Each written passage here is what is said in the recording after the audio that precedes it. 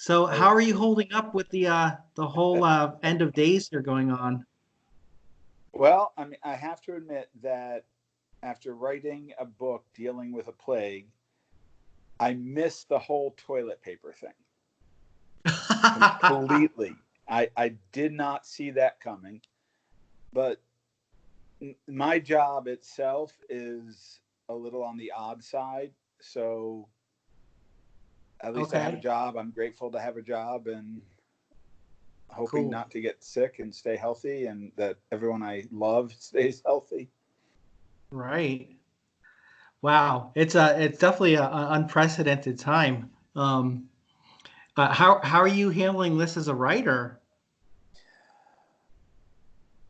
Oddly Like, enough, I had just finished a draft of a haunted house book and sent it to one of my beta readers a couple days before I started working from home and had all this free time and everything. So I'm like, I just finished. I'm like in the middle of a project, but it's not finished because I'm waiting for the beta reader. But I don't want to start a new project, so I'm kind of in this weird. Do I want to start? I mean, I don't know. It's hard to focus on much of anything. I thought yeah, editing was good. Editing felt good, but editing cool. is for me feels relatively easier than the first part of the writing thing. Right. And this is such an overwhelming, unprecedented, unusual circumstance that I haven't been able to focus on writing. I did a Interesting. I did a poem the other day, and Okay.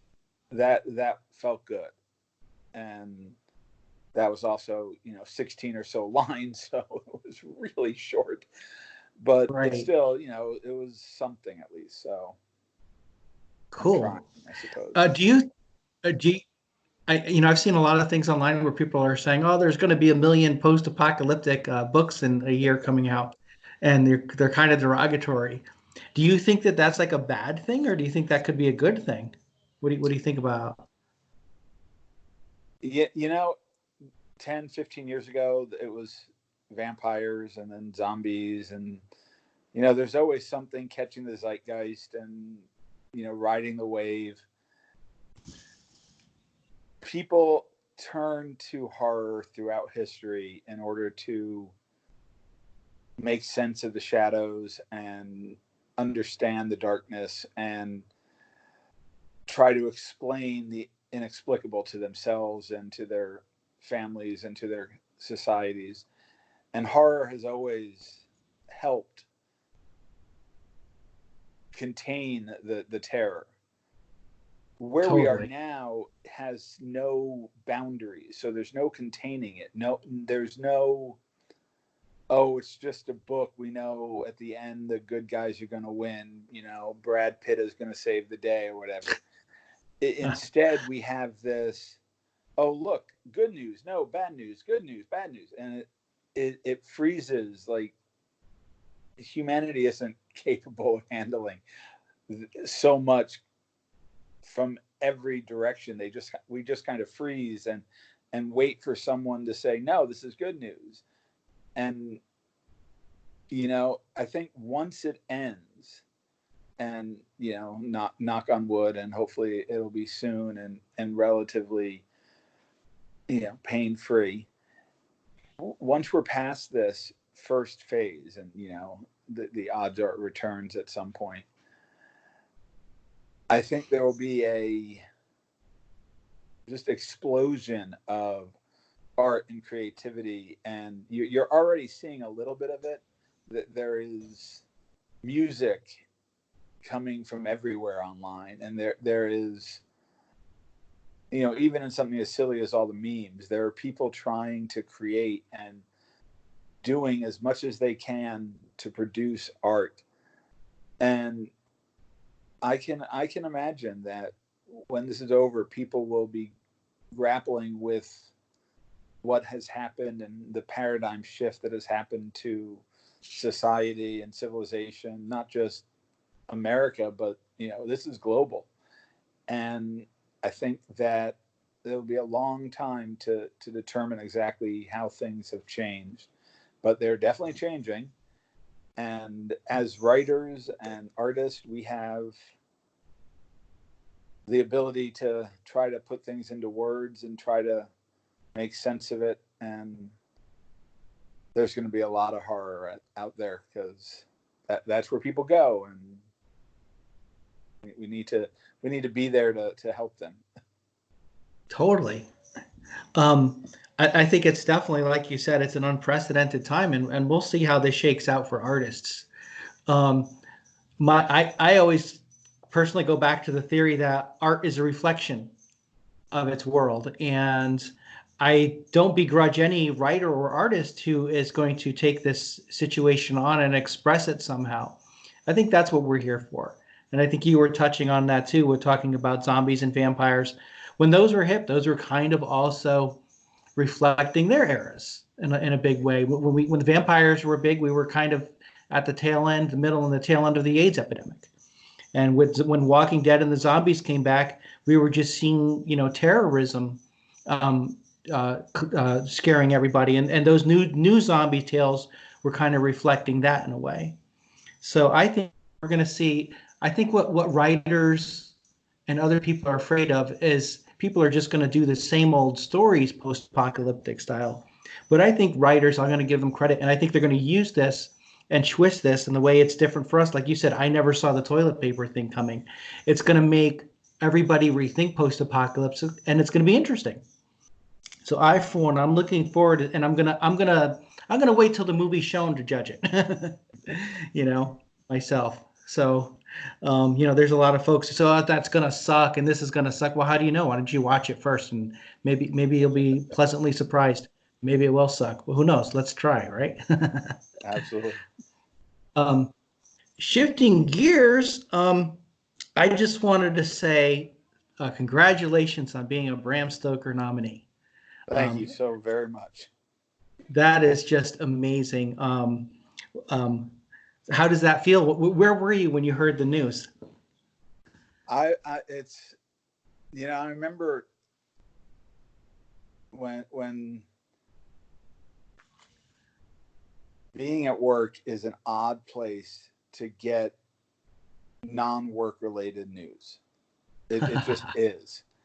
And Okay. I had talked to my boss that, I was hoping to be nominated for this award, and I had to explain to him the whole, oh, by the way, there's a whole other side of me beyond, this work me. And so I was at my desk in my office, and I thought it was the next day that the announcement was going to be made, so I wasn't overly concerned with checking constantly. And so I was checking my email, and because on my phone the emails, if an email comes in and then you get an email after it, you see the email that came in after it. Ah, And so as I'm scrolling through my email, I saw this email, and on the phone you can see like 5 words of the email. And the first word was dude in capital letters with all these exclamation points from a friend of mine in HWA.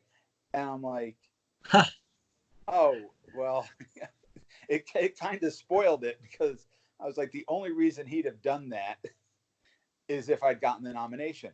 So I scrolled down really fast to find an email from HWA, and there it was. And, it is such an overwhelming feeling to be nominated and to be recognized. We do this not for the money. yeah, We do this to share stories, and the nomination is recognition that you're there are readers out there. You're sharing, and it's wonderful. So I went, and I told my boss that I needed to go and scream a little and make some phone calls. And while I was out in the hallway jumping up and down, he went and told our office manager, and she sent out an office-wide email congratulating me.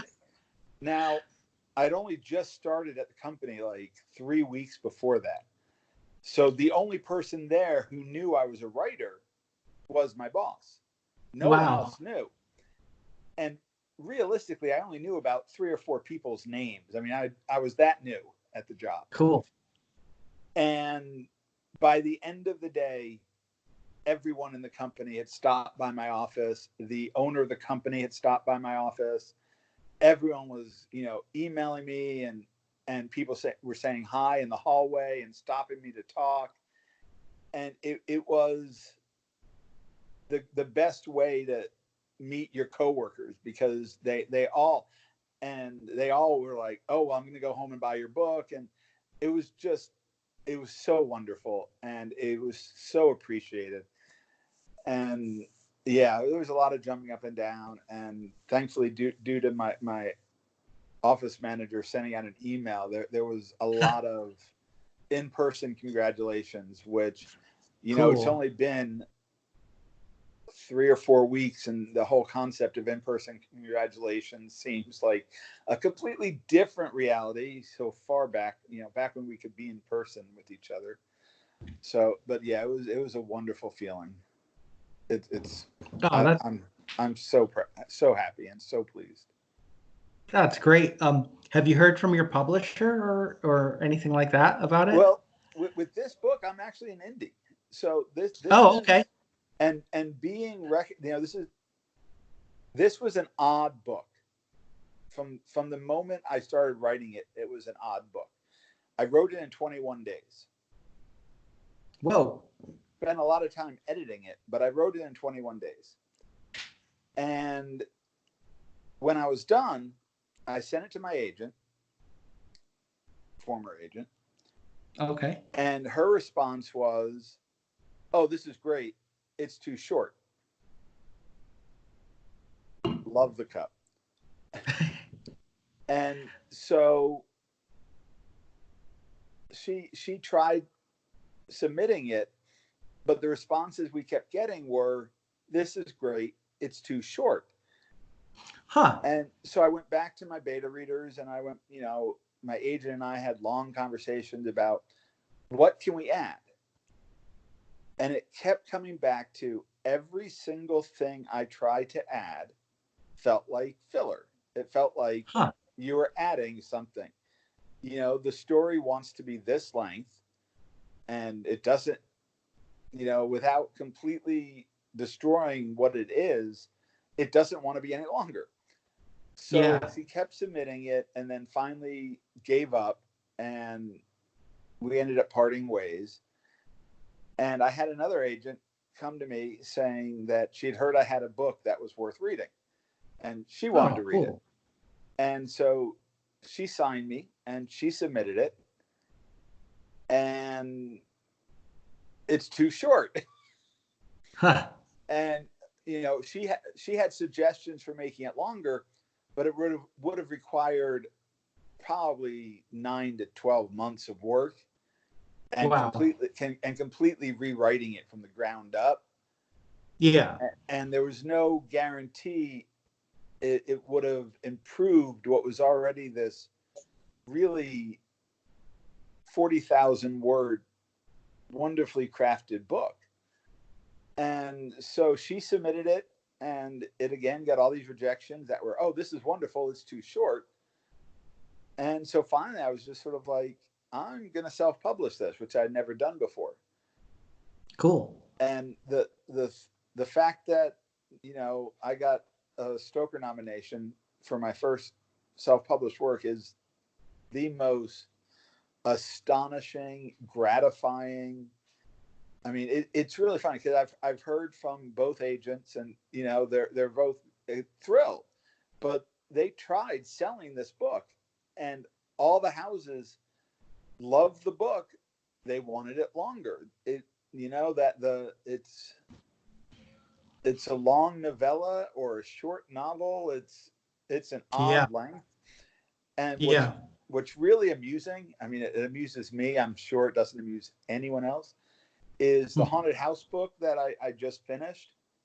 It's the same length. Oh, So apparently, I naturally write to a really bad length.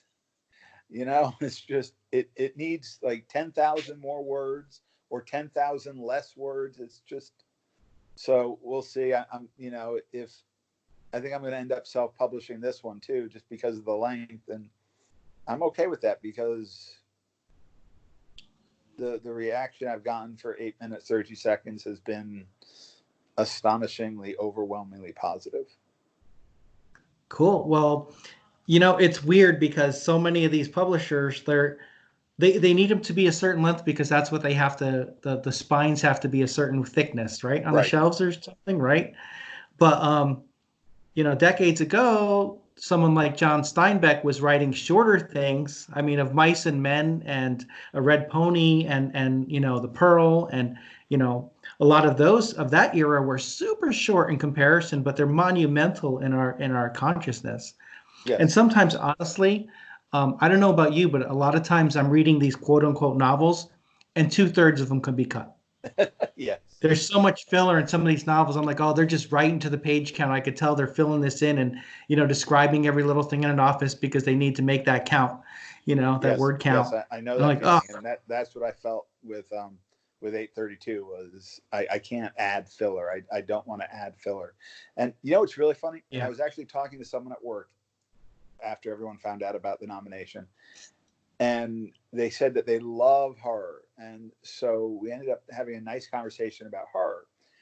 And when favorite horror novels came up, and her choice was very interesting, which was The Lottery by Shirley Jackson, which is Oh, in no right. way, shape, or form a novel. It's a short No. story. Yeah.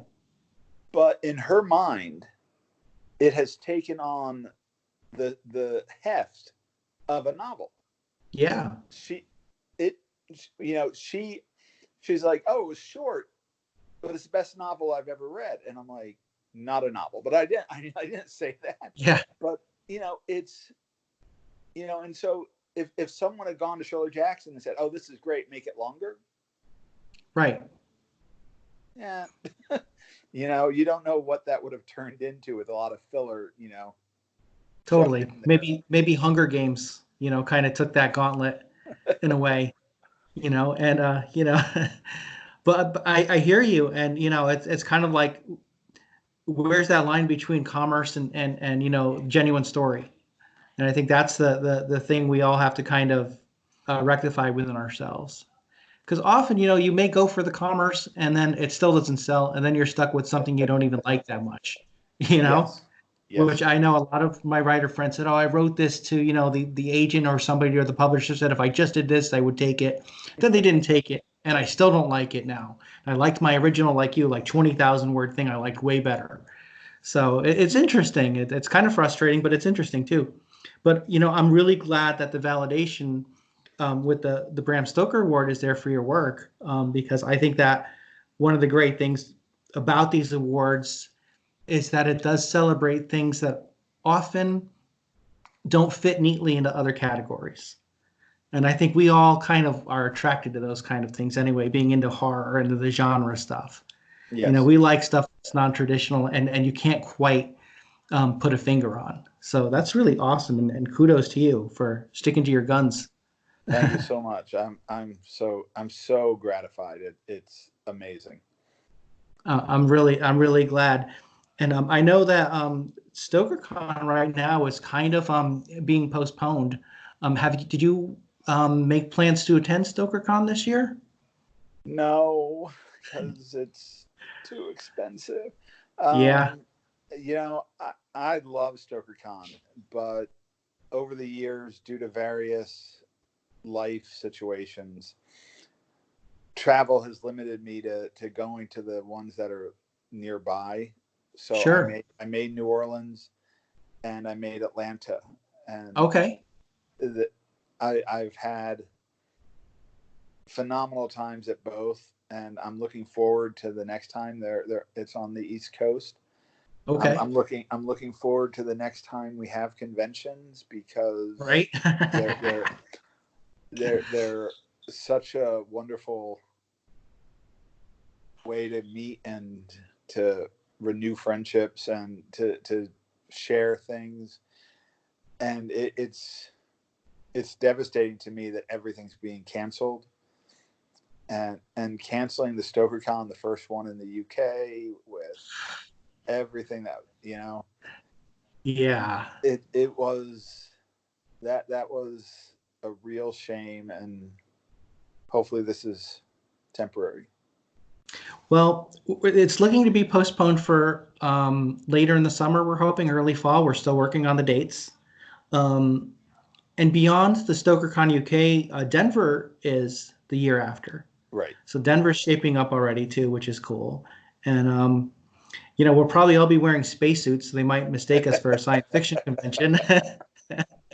But Yeah, we'll still be there. you see the old pictures from places like South Korea, where they would all wear masks just as a part of everyday life. Yeah, And I'm wondering if that gets picked up here. totally. I wouldn't be surprised in the short form. I'm sure you're right. Especially in the And big cities, LA, New York, it'll be interesting. I'm in Atlanta, you're in LA, so it'd be interesting to see if those masks start being normal everyday wear after this is over. cool. Yeah, you know what? I think you and I will talk in a few weeks, and I think you might be onto something there. I'll be like, you were right, Pete. It's everywhere. So pretty cool. All right. Well, I think that wraps it up for us for right now. Before we wrap up, do you have a website or anything you want to share, or any upcoming works you'd like people to look for? I do have a website. It's just my name, peteradamsalomon.com. Okay. It's very simple. It used to be a lot more complex, and I kind of downsized it because Okay. it was too difficult. And at the moment, I had plans for this year, and like everyone else, those plans have shifted into something else. And right now, I think that the haunted house story will probably come out sometime this summer, which is months after I had planned on it. And then I have a really kind of a personal thing. I believe it or not, when I first started writing young adult, I wrote a Christmas story, and there's no market for Christmas stories in young adult. There's not. But it's really cute, and I really like it. So I'm probably going to self-publish it just because I want to do it. Cool. No one might read it. It's a Christmas story, and it's not horror, but it's not horror. It's just a weird.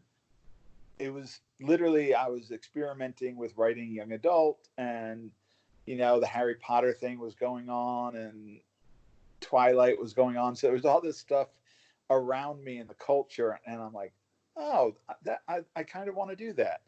And so I wrote a Cool. Christmas story, and I'm Jewish, so I don't actually celebrate Christmas, so I don't know why I wrote a Christmas story, but I did, and therefore I think I should share it with the world. So that's my plan for 2020, is a haunted house story and a Christmas story. I love it. I think that's great. I look forward to checking them out. That sounds really fun. You never know, right? I mean, it's good stuff, right? I I mean, good like writing. it. It needs work. I may or may not do the work. Just might publish it as is because, well, it's a Christmas story, and Totally. if you're looking for Gone with the Wind, you're not going to get it. So, but it's fun. Totally. And depending on what Christmas music you'd play at the same time, it could or could not be a horror story. Yes, indeed. And that I might just edit in a little bit of horror just for fun. I love it.